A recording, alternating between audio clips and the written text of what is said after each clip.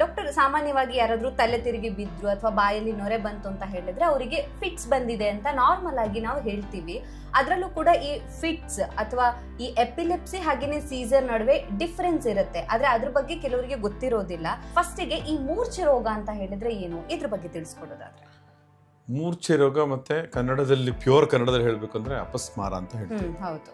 So ಈ ಮೂರ್ಛೆ ರೋಗ ಇದು ಕಾಯಿಲೆ ಅಲ್ಲ, ಇದು ಒಂದು ಸಿಂಪ್ಟಮ್ ಅಂದರೆ ಈಗ ನಿಮಗೆ ಬ್ಯಾಕ್ಟೀರಿಯಲ್ ಇನ್ಫೆಕ್ಷನಿಂದ ಫೀವರ್ ಬರ್ಬೋದು, ವೈರಲ್ ಇನ್ಫೆಕ್ಷನಿಂದ ಫೀವರ್ ಬರ್ಬೋದು, ಅಥವಾ ಏನಾದರೂ ಬೇರೆ ಕಡೆಯಿಂದ ಫೀವರ್ ಅನ್ನೋದು ಒಂದು ಪಾರ್ಟ್ ಆಫ್ ದಿ ಹೋಲ್ ಇದು. ಅದೇ ಥರ ಮೂರ್ಛೆ ರೋಗನೂ ಕೂಡ ಇದು ರೋಗ ಅಲ್ಲ, ಒಂದು ಪಾರ್ಟ್ ಇರುತ್ತೆ. ಅಂದರೆ ಇದು ಒಂದು ಜಾಗದಿಂದ ಬ್ರೈನಲ್ಲಿ ಒಂದು ಜಾಗದಿಂದ ಎಲೆಕ್ಟ್ರಿಕಲ್ ಕರೆಂಟ್ ಸಡನ್ಲಿ ಜಾಸ್ತಿ ಆದರೆ ಇಟ್ಸ್ ಸ್ಪ್ರೆಡ್, ಅದು ಬ್ರೈನ್ ಒಳಗಡೆ ಸ್ಪ್ರೆಡ್ ಆಗಿ ಮೂರ್ಛೆ ಹೋಗುತ್ತೆ.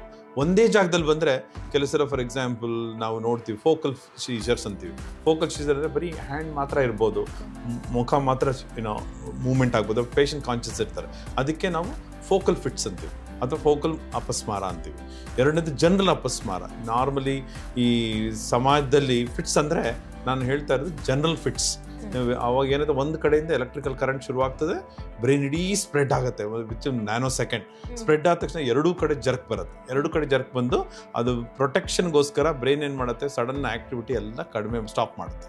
ಆವಾಗ ಪೇಷಂಟ್ ಬೀಳ್ತಾನೆ. ಇದು ಎಕ್ಸಾಕ್ಟ್ಲಿ ನೀವು ಇದಕ್ಕೆ ಅನಾಲಜಿ ಅಂದರೆ electrical current, high voltage current ಮನೇಲಿ ಮುಟ್ಟಿದಾಗ ಸಡನ್ನಾಗಿ ನಿಮ್ಗೆ ಶಾಕ್ ಹೊಡೆಯುತ್ತೆ, ಟ್ರಿಪ್ ಆಗುತ್ತೆ. ರೈಟ್, ಟ್ರಿಪ್ ಆಗಿದ್ದು ಪೇಷಂಟ್ ಬಿದ್ದೋಗೋದು. ಸಡನ್ನಾಗಿ ನೀವು ಎಲೆಕ್ಟ್ರಿಕ್ ಶಾಕ್ ಬರೋದು ಬಿಗಿನಿಂಗ್ ಆಫ್ ದ ಫಿಟ್ಸ್. ಅದೇ ಥರ ಇದನ್ನು ನಾವು ಜನರಲ್ ಟರ್ಮಲ್ಲಿ ಅಪಸ್ಮಾರ ಅಥವಾ ಮೂರ್ಛೆ ರೋಗ ಅಂತೀವಿ. ಈ ಮೂರ್ಛೆ ರೋಗ ಒಂದು ಜಾಗದಿಂದ ಯೂಶಲಿ ಶುರುವಾಗುತ್ತೆ ಬ್ರೈನ್, ಒಂದು ಎರಡು ಕಡೆ ಸ್ಪ್ರೆಡ್ ಆಗ್ಬೋದು ಅಥವಾ ಅದೇ ಜಾಗದಲ್ಲಿ ಇರ್ಬೋದು. ಸೊ ಇದು ಒಂದೇ ಜಾಗದಿಂದ ಶುರುವಾಗೋದು ಅಂದರೆ ವಿವಿಧ ವೆರೈಟಿಯಲ್ಲಿ ಶುರುವಾಗುತ್ತೆ. ಕಾಮನೆಸ್ಟ್ ಅಂದರೆ ಇದು ಯಾವ ವಯಸ್ಸಿಗೆ ಬೇಕಾದ್ರೂ ಬರ್ಬೋದು ಮೂರ್ಛೆ ರೋಗ. ಮಕ್ಕಳಿಂದ ಹಿಡಿದು ವಯಸ್ಸಾದವರು ಕೂಡ ಬರ್ಬೋದು. ಬಟ್ ಈ ಮೂರ್ಛೆ ರೋಗ ಯಾವಾಗ ಏಜ್ ಪ್ರಕಾರ ಡಿಫ್ರೆಂಟ್ ಆಗುತ್ತೋ ಅದು ಅದ್ರ ಒಳಗಡೆ ಬ್ರೈನಲ್ಲಿ ಏನು ಪ್ರಾಬ್ಲಮ್ ಇತ್ತು ಅದು ಕೂಡ ಡಿಫ್ರೆಂಟ್ ಆಗುತ್ತೆ.